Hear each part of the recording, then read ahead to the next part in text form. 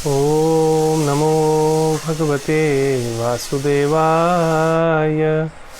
ओम नमो भगवते वासुदेवाय। ओम नमो भगवते वासुदेवाय। हरे कृष्णा। आप सभी का स्वागत है भगवद गीता स्वाध्याय में। आज हम हैं भगवद गीता के 7वें अध्याय के 17वें श्लोक में।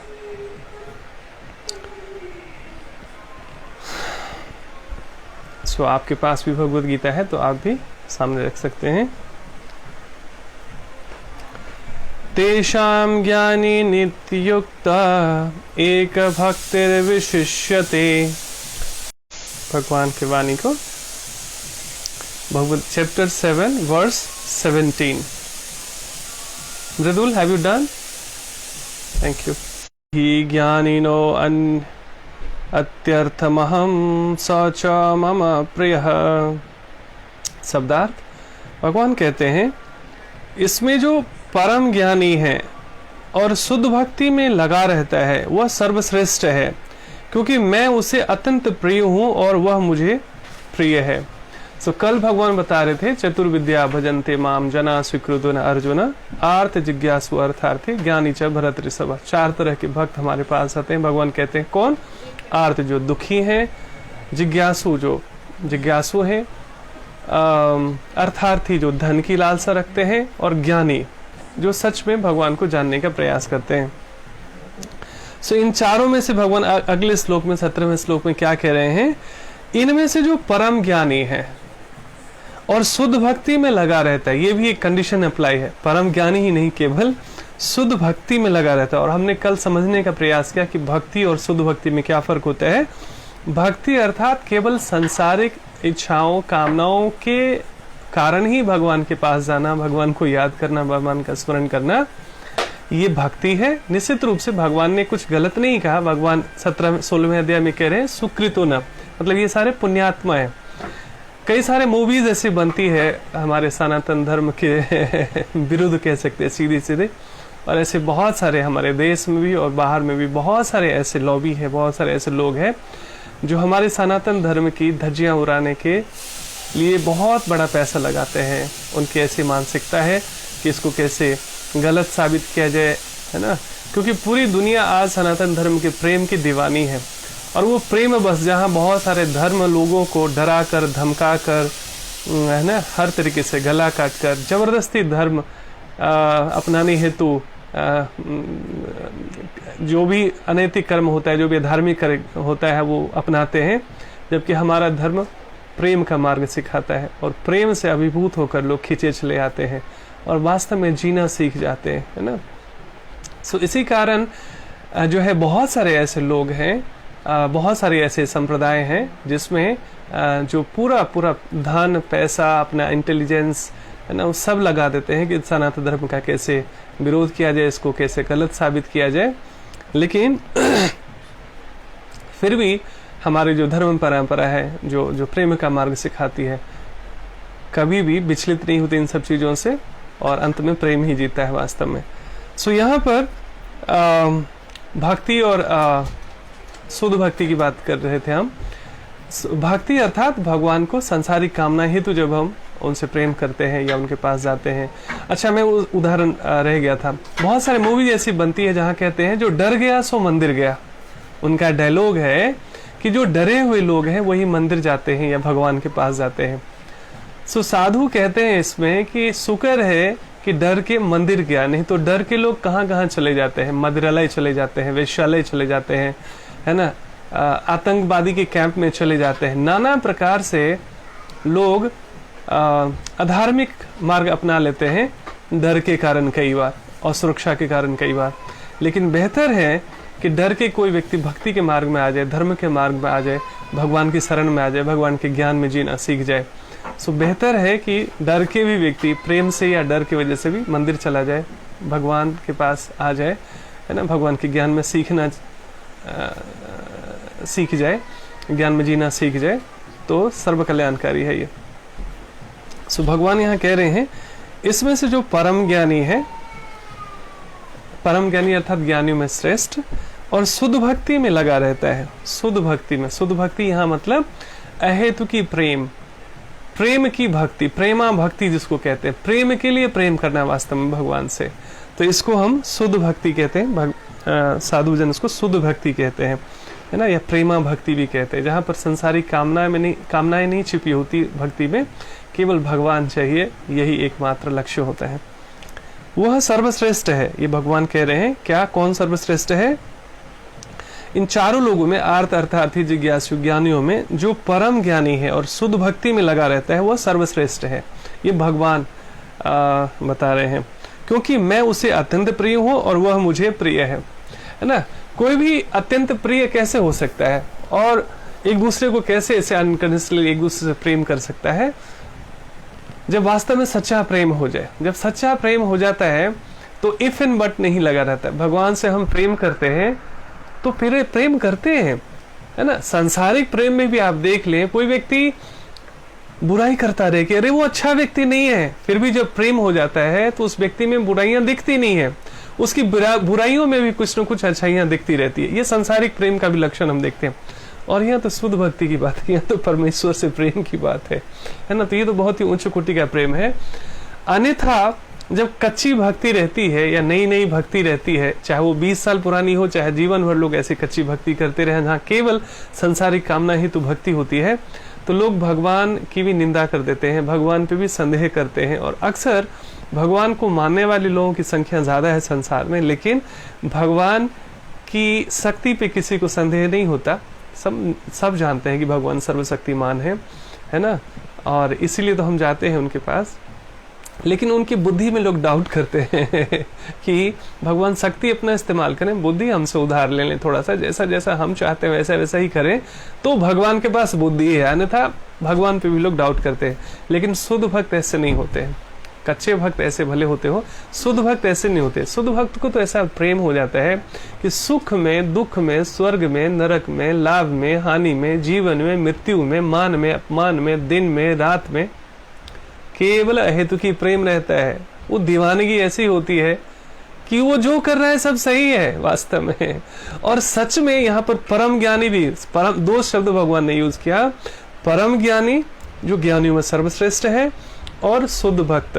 सो परम ज्ञानी कौन? जिसको वास्तव में पता चल गया कि संसार में जो भी सुख और दुख मिल रहा है वो हमारे अपने कर्मों के कारण है। सो दो तरह के कर्म कई बार लगते हैं। एक तो हमारे इंडिविजुअल कर्मा के रिजल्ट्स होते हैं और एक ग्रुप कर्मास होते हैं, सामूहिक कर्म के। जैसे पूरे विश्व में अभी पेंडेमिक है, तो पूरे विश्व में जितना हम जो साधु है वो तो इस तरीके से देखते हैं कि इतना अधर्म और अत्याचार और भ्रष्टाचार और पाप वृत्ति बढ़ गई है संसार में, तो प्रकृति अपने तरीके से बैलेंस करने की योजना बना रही है, चाहे वो महामारी के रूप में हो, सुनामी के रूप में हो, पेंडेमिक के रूप में हो। तो भक्त हर क्षण में आनंदित रहते हैं, क्योंकि वो भगवान से प्रेम करते हैं और उनकी शक्ति पर ही नहीं, उनकी बुद्धि पर भी पूर्ण रूप से विश्वास करते हैं।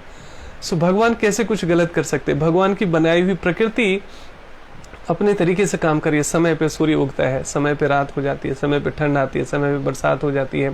बाकी जो कुछ भी अप्राकृतिक देख रहे हैं आप, जो कुछ भी उथल पुथल दिख रहे हैं, जो कुछ भी प्राकृतिक प्रकोप भी कई बार देखते हैं, ये भी कहीं ना कहीं मेन क्रिएटेड है वास्तव में। हमने प्रकृति विरुद्ध जीवन शैली जीना शुरू कर दिया, पाप वृत्ति बढ़ती जा रही है, अनाचार बढ़ता जा रहा है। इसके कारण प्रकृति अपना प्रकोप समय समय पर दिखाती रहती है।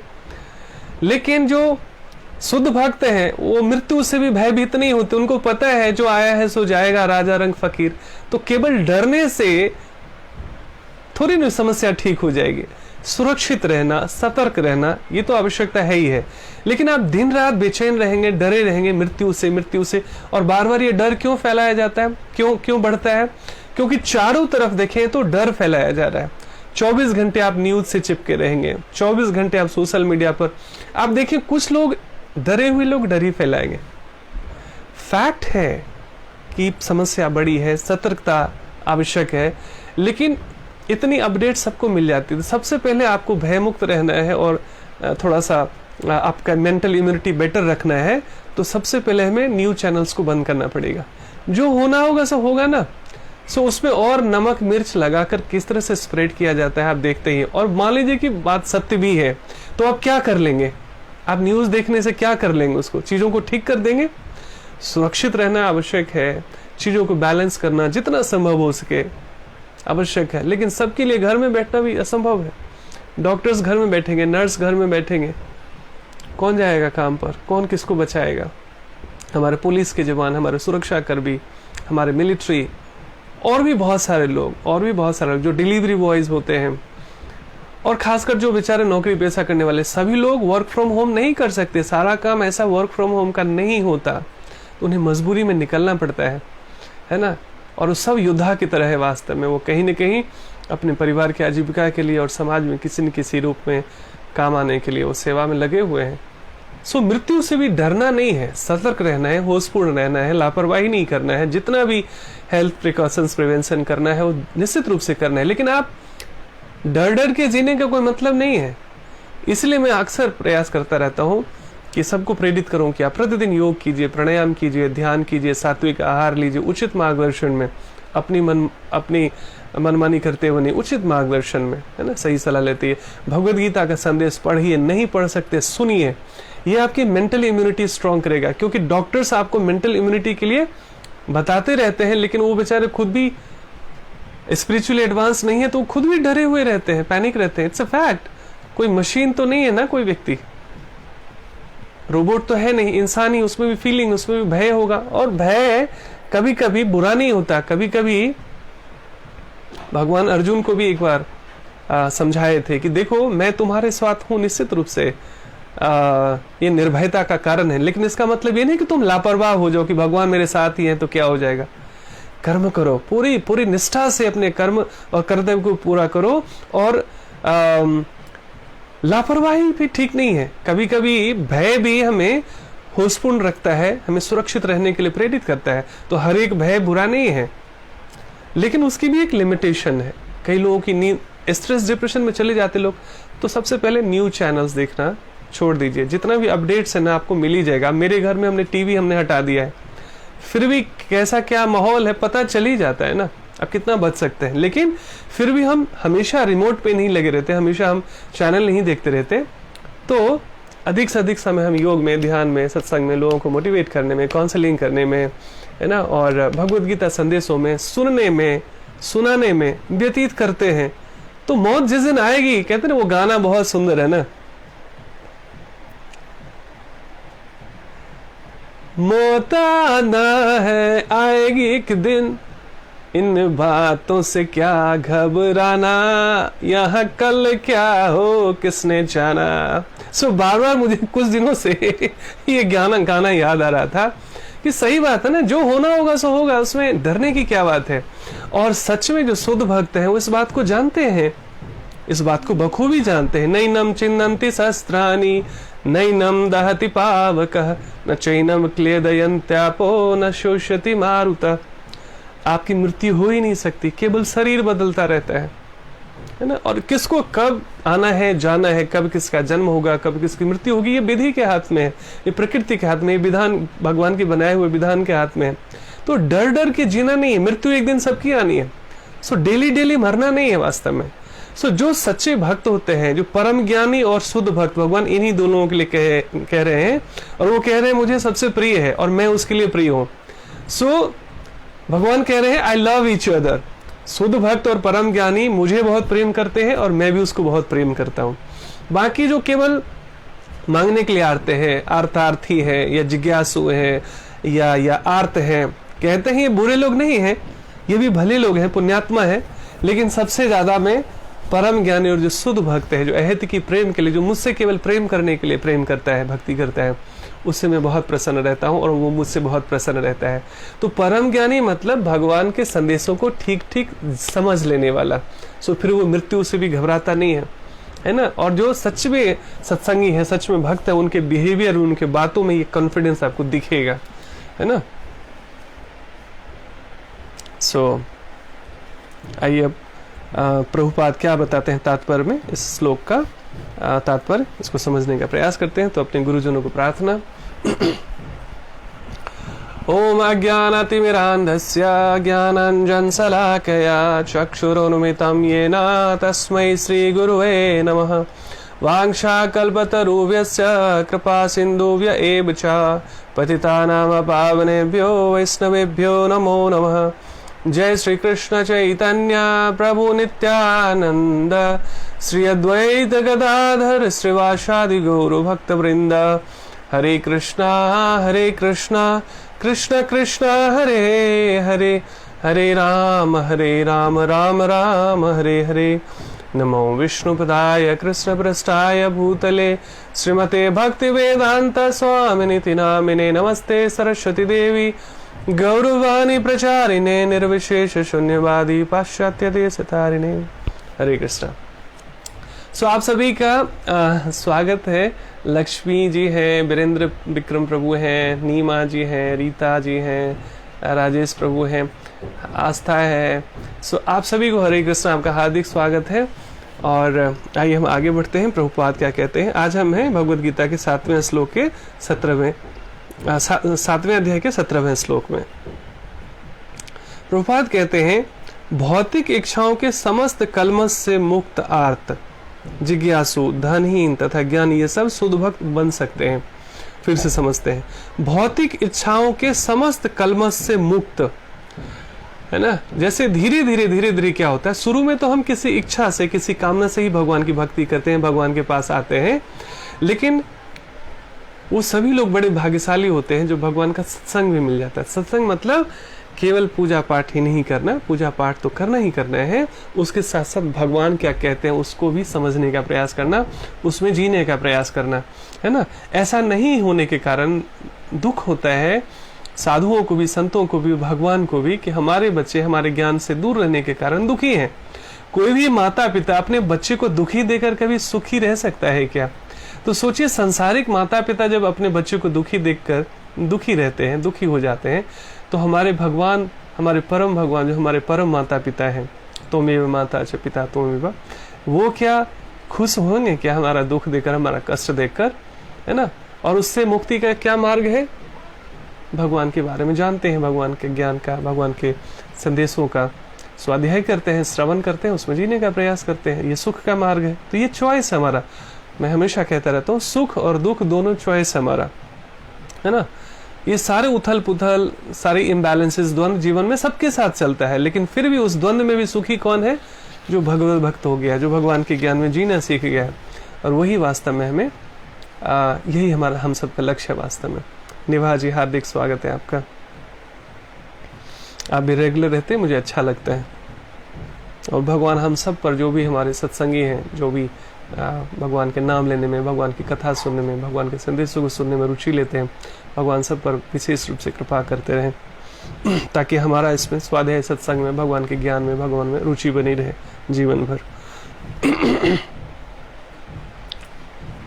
भौतिक इच्छाओं के समस्त कलमश से, यानी जब भी एक धीरे, चाहे वो आर्त हो, चाहे अर्थार्थी हो, चाहे जिज्ञासु हो या ज्ञानी हो, धीरे धीरे जब संसारिक कामनाएं कम होने लगती है, उससे मुक्ति होने लगती है, फिर क्या होता है? आर्त, जिज्ञासु, धनहीन तथा ज्ञानी ये सब शुद्ध भक्त बन सकते हैं। ये एक उम्मीद है, ये स्कोप है। किंतु इनमें से जो परम सत्य का ज्ञानी है और भौतिक इच्छाओं से मुक्त होता है, वही भगवान का शुद्ध भक्त हो पाता है। इन वर्गों में से जो भक्त ज्ञानी है और साथ ही भक्ति, जो भक्त ज्ञानी है और साथ ही भक्ति में लगा रहता है। ज्ञानी का मतलब ये नहीं कि उसको संसारिक ज्ञान कितना हो गया है। ज्ञानी से यहाँ अर्थ है जो भगवान को तत्वतः समझ गया है।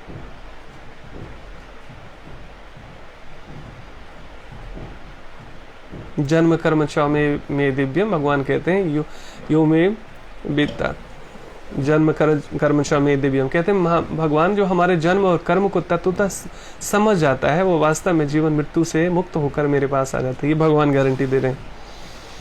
वही भगवान का शुद्ध भक्त हो पाता है। इन 4 वर्गों में से जो भक्त ज्ञानी है और साथ ही भक्ति में लगा है, वह भगवान के कर्म कथनानुसार सर्वश्रेष्ठ है।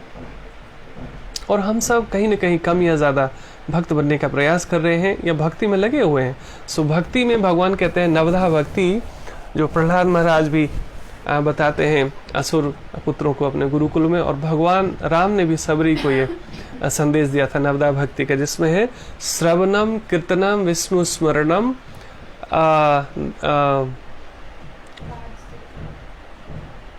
श्रवणम कीर्तनम विष्णु स्मरणम पाद सेवनम दास्यम साख्यम आत्मनिवेदनम, अर्चनम वंदनम दास्यम साख्यम आत्मनिवेदनम, ऐसे करके 9 विधियां हैं। तो जो आप सुन भी रहे हैं ना, इस श्रवणम से शुरुआत होते हैं भक्ति की। जो हम भगवान के विषय में सुनते भी ना, तो ये भक्ति कर रहे होते हैं वास्तव में हम लोग, है ना। अर्चनम, उनके विषय में कुछ अर्चना करना, बोलना, वंदनम, उनकी वंदना करना, है ना। और कीर्तन भी कह सकते हो उसमें, कीर्तन भी, कीर्तन अर्थात भगवान की कीर्ति का गान करना। तो ये भगवत गीता भी भगवान की कीर्ति का गान ही तो है। सो हम सब वास्तव में भक्ति में कहीं ना कहीं हैं कमियां ज्यादा। सो एक स्कोप है कि हमारी एडमिशन हो चुकी है, जितना समय लगे, जितनी सिंसियरिटी होगी, उसी अनुरूप हम प्रगति करते रहेंगे धीरे धीरे। लेकिन अच्छी बात है कि स्कोप है कि हम लोग स्कूल में, हमारा एडमिशन हो चुका है आध्यात्मिक स्कूल में।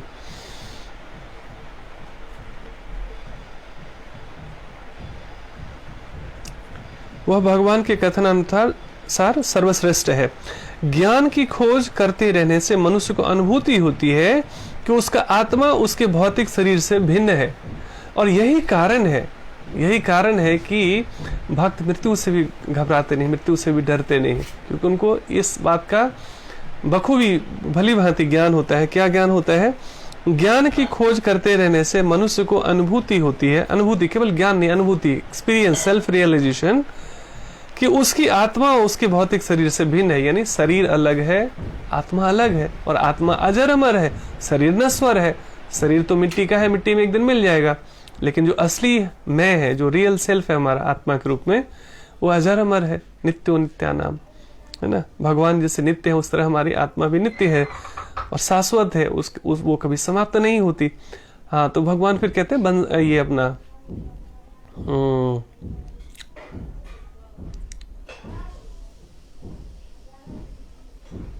मतलब वस्त्र के तरह हम शरीर बदलते रहते हैं।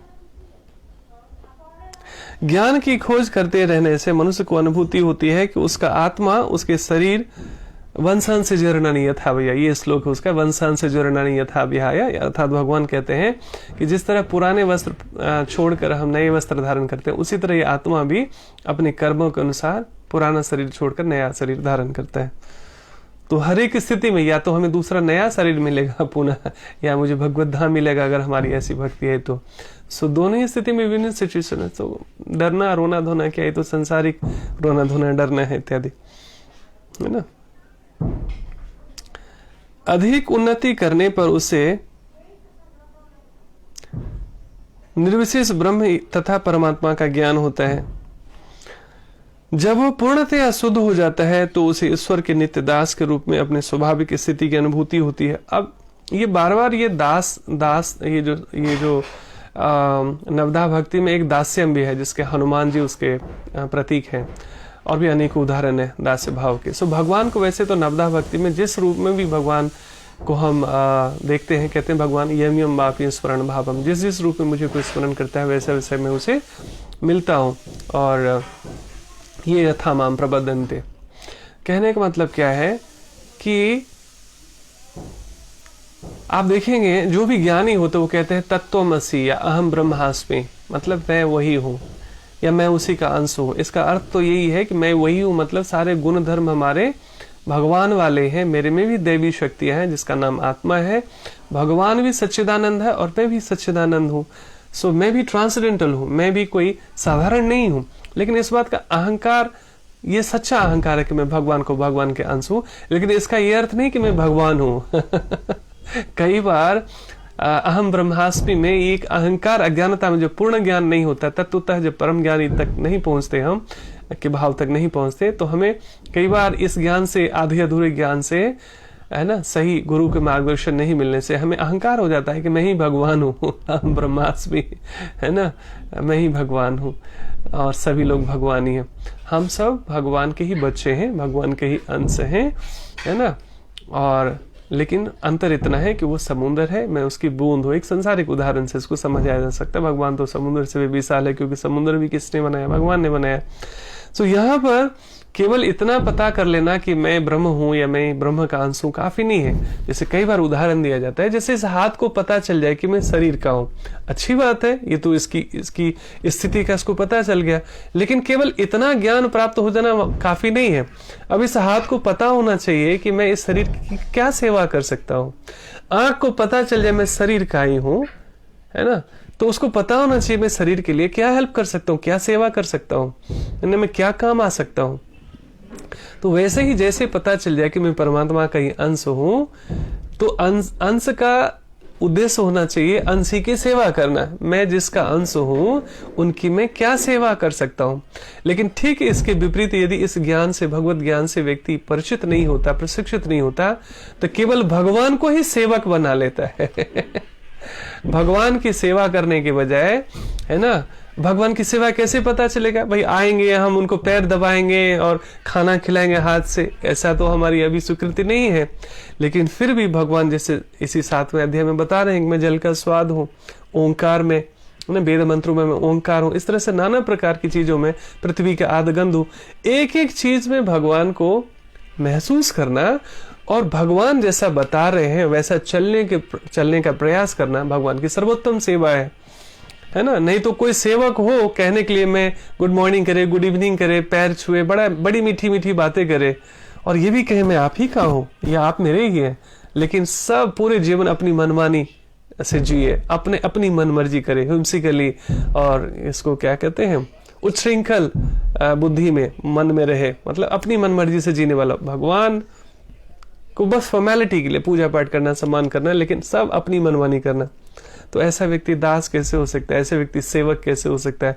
और ऐसे व्यक्ति को यहां तक कहने का अधिकार नहीं कि अहम ब्रह्मास्मि। ये तो ड्रामा हो जाएगा, ये नकलीपन हो जाएगा। भाई आप जब जिसको पिता कह रहे हो कि आप मेरे पिता हैं, उस पिता के प्रति हमारा कुछ कर्तव्य भी है कि नहीं, कि सेवा करे। तो वैसे ही जब हम कहते हैं कि वो मेरे पिता हैं, मैं उन्हीं का अंश हूं, तो अंश का उद्देश्य होना चाहिए अपने पिता की सेवा करना। और कैसे करना, भगवान कैसे प्रसन्न होंगे, नहीं होंगे, भगवान ने बताया इसमें।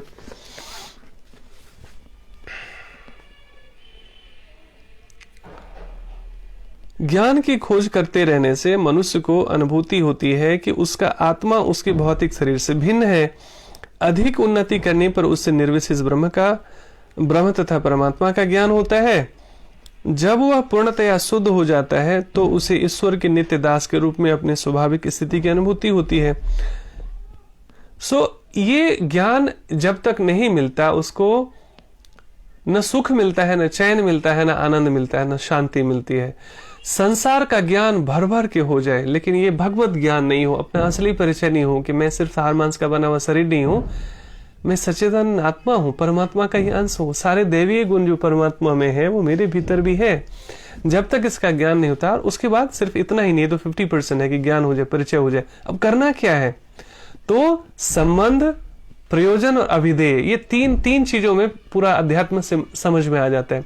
संबंध मतलब पहला है कि स्वाध्याय से, सत्संग से, साधना से, ज्ञान से संबंध समझ लेना कि मैं वास्तव में हूं कौन, who am I, who is God, है ना, और ये पता चल गया। और उसके बाद है प्रयोजन, फिर लक्ष्य का पता करना कि भाई भगवान है, केवल इतना जान लेना, मेरा पता चल जाए, मेरा जैसे मैं कहीं भटक गया हूं, मुझे पता चल जाए कि मेरा घर यहाँ पर है, मेरे पिता ये हैं, तो केवल जानकारी मिल जाए कि मेरा घर यहाँ वहां पे है और मेरे पिता यही है, इतना जानकारी काफी नहीं है। अब तो एकदम उद्वेग होना चाहिए कि अरे मुझे कैसे अपने घर को वापस लौटना है, कैसे मेरे पिता से मिलना है, कैसे घर वापसी करनी है। ये है प्रयोजन का पता चल जाना। लेकिन केवल इच्छा हो जाए कि जाना है जाना है जाना है, उससे तो पहुंच नहीं जाएंगे। वहां जाने के लिए भी आपको टिकट चाहिए बाकी चीजों की व्यवस्था भी करनी पड़ेगी, कुछ योग्यता पात्रता बनानी पड़ेगी। अपने आप मन की शक्ति से तो उड़ के जा नहीं सकते।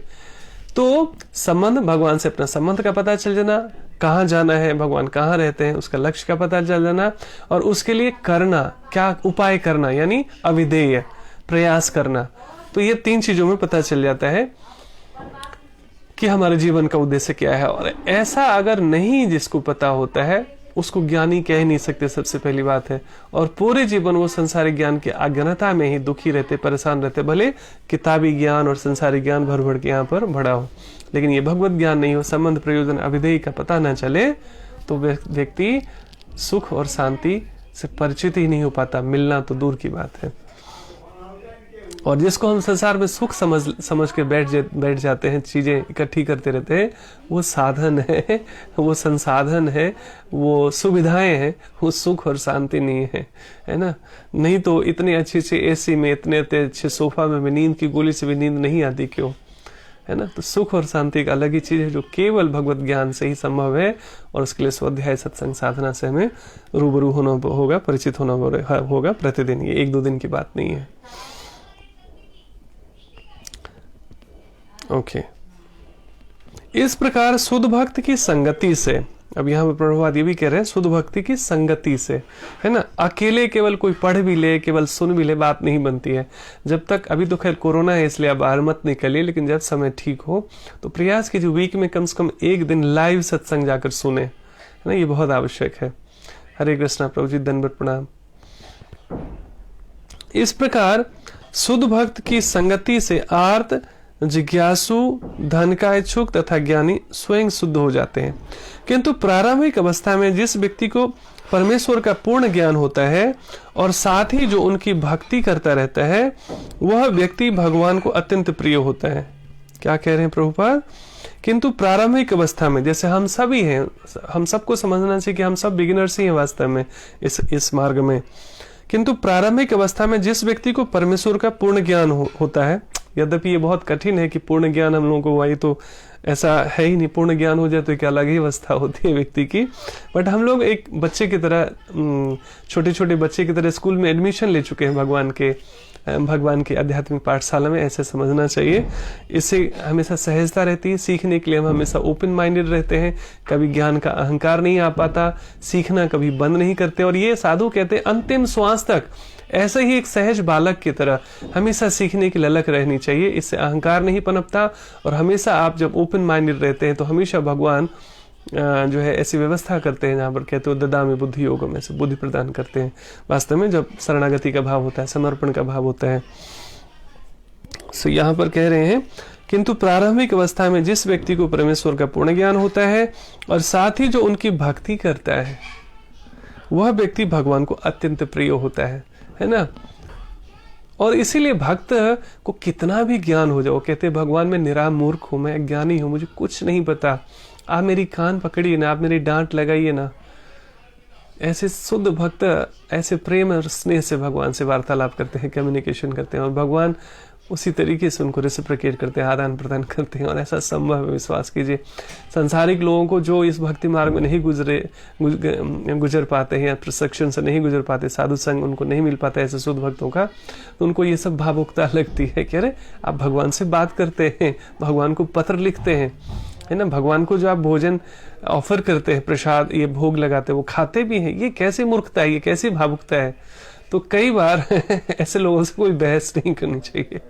कई बार इस प्रेम को एक्सप्रेस कर पाना बहुत मुश्किल है, इसको स्वयं ही अनुभव किया जा सकता है ना। ये केवल ज्ञान से संभव नहीं है, ज्ञान का तो एक अलग अहंकार प्राप्त हो जाता है। भक्ति योग में भी जो है मूर्ख नहीं होते लोग, भक्ति योग में भी एक से एक परम प्रकांड विद्वान होते हैं, लेकिन अपने आप को भगवान के सामने निरा मूर्ख समझते हैं, है ना। भगवान का आगे हमारी किस बात का हम अहंकार करें, किस बात का हम दम भरे, है ना। तो ये दैन्य भाव से, ये दास्य भाव से, ये अकिंचन भाव से भगवान की सेवा करने का नाम ही शुद्ध भक्ति है वास्तव में।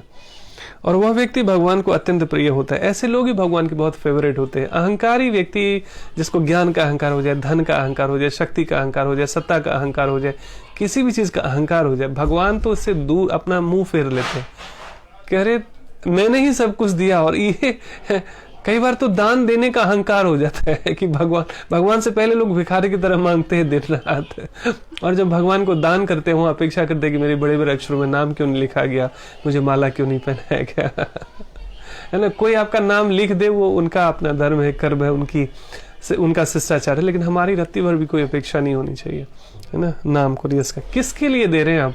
गंगा का जल गंगा में अर्पित किया तो हमने क्या दिया अपनी तरफ से? वैसे ही भगवान को देने का भी अहंकार हम पाल लें तो इससे बड़ी मूर्खता क्या होगी वास्तव में,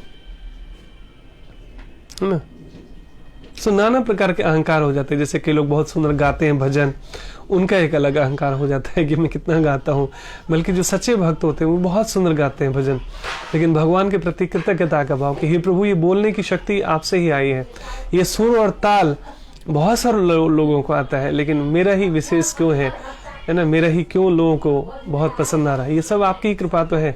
तो ये सब आपकी अहेतु कृपा है। ऐसे कृतज्ञता के भाव में, वो धन्यवाद के भाव में जीते हैं, इसलिए उनके जीवन में कभी भी किसी भी चीज का, ना रूप का, ना धन का, ना कला का, ना शक्ति समर्थ का, सत्ता का कोई अहंकार नहीं आता, बल्कि हमेशा कृतज्ञता के भाव में रहते हैं, सहज रहते हैं, हल्के फुल्के रहते हैं और आनंदित रहते हैं। नहीं तो अहंकार के अलग बोझ लोग ढोते रहते हैं, अत्यंत प्रिय होते हैं।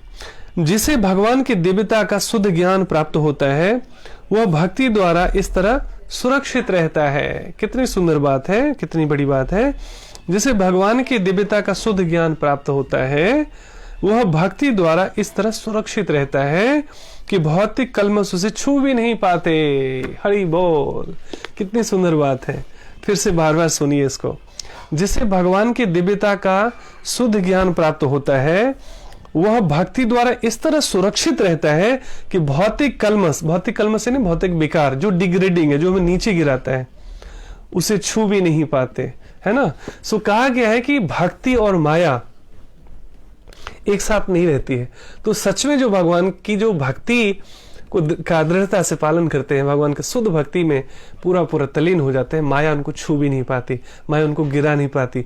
हालांकि नाना प्रकार से जब भी आप भक्ति मार्ग में प्रगति करते हैं, जब भी आप ईश्वरीय मार्ग में भगवत ज्ञान में आगे प्रगति करते हैं, तो नाना प्रकार की परीक्षाएं बढ़ जाती है आपकी। उससे घबराना नहीं चाहिए, भीतर विश्वास होना चाहिए कि जीवन में जितने भी द्वंद्व हो रहे हैं, जितनी भी असुविधा हमें दिख रही है, ये वास्तव में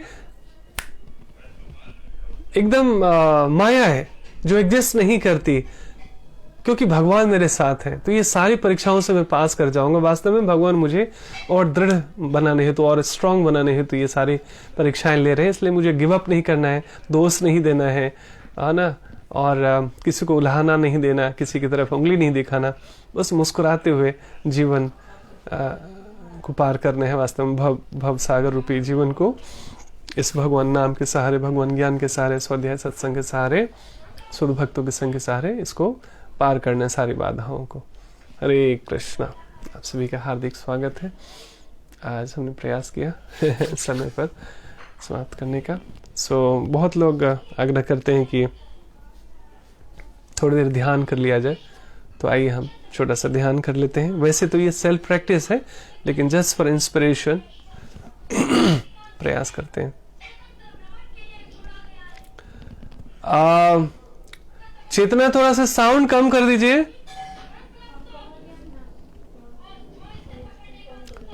मेरी माँ है आजकल, वो हमेशा धार्मिक सत्संग सुनती रहती है, तो बहुत दुरुपयोग है, बहुत मिसयूज हो सकता है मोबाइल फोन का, स्मार्टफोन का, लेकिन उसका बहुत सदुपयोग भी हो सकता है।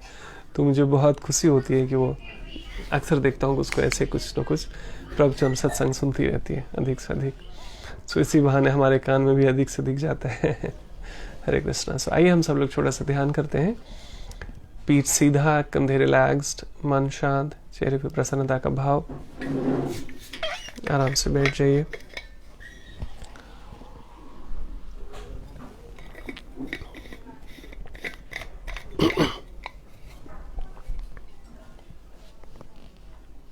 चार पांच धीरे धीरे लंबी गहरी श्वास ले सकते हैं, उनसे खाली कर सकते हैं।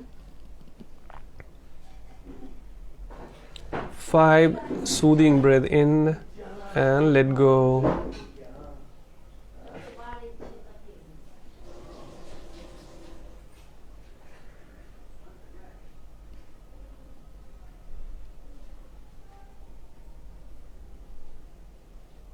Be comfortable.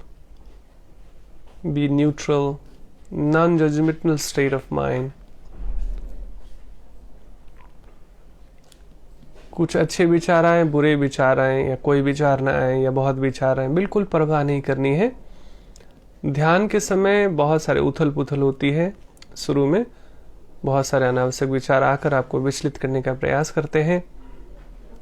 जब भी आप सत्य के मार्ग पर चलते हैं, धर्म के मार्ग पर चलते हैं, शुद्धिकरण के मार्ग पर चलते हैं, तो बहुत सारी जो हमारे घर में मुफ्त किराएदार की तरह रोग व्याधियां, नकारात्मक ऊर्जा प्रवेश कर चुकी है हमारी अज्ञानता के कारण, वो सब मिलकर आपको बाधा पहुंचाने का प्रयास करती है कि आप ध्यान न कर पाओ, आप जप न कर पाओ, आप साधना न कर पाओ। लेकिन आपको विचलित नहीं होना, आपको मुस्कुराते हुए जीतना है। कहीं भी मन इधर उधर डिस्ट्रैक्ट होने लगे ध्यान के समय, तो बीच बीच में कुछ गहरी सांस लेना, खाली करना, और फिर से आप वर्तमान में आ जाते हैं। मन अक्सर बीते हुए कल में जीता रहता है, या भविष्य को लेकर भयभीत और चिंतित रहता है।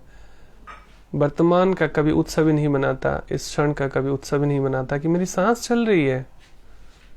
सो एक एक सांस का उत्सव, एक एक सांस के प्रति कृतज्ञता का भाव है ध्यान। 4-5 लंबी गहरी श्वास के बाद अपने साधारण श्वास को मन की आंखों से देखना शुरू कीजिए।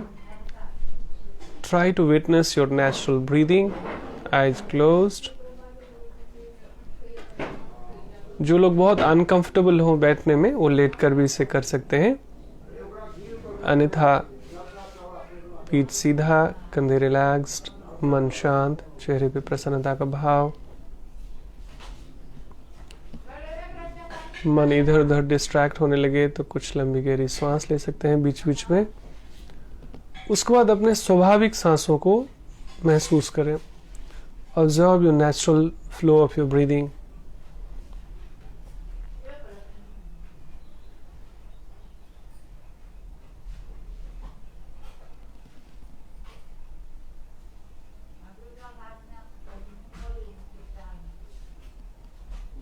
धीरे धीरे जब सांसों की समझ आने लगे तो उसमें एक मंत्र जोड़ सकते हैं। आती हुई श्वास में हरे, जाती श्वास में कृष्णा।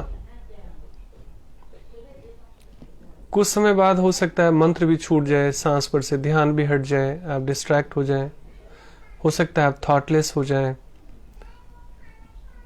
जो भी घटित हो रहा है उसके साक्षी हो जाएं। कुछ भी इसमें अच्छा या बुरा नहीं है, इसकी परवाह ना करें कि आप ध्यान कर भी रहे हैं कि नहीं कर रहे हैं।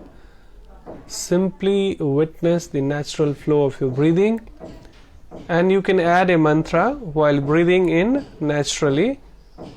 You can chant Hare without uttering any words, and while breathing out naturally, you can chant Krishna without uttering any words in your mind. So first, naturally focus on your breathing, and then add a mantra of Hare Krishna while breathing in Hare, breathing out Krishna. Effortless, natural, कोई force नहीं, कोई concentration नहीं, कोई जबरदस्ती नहीं।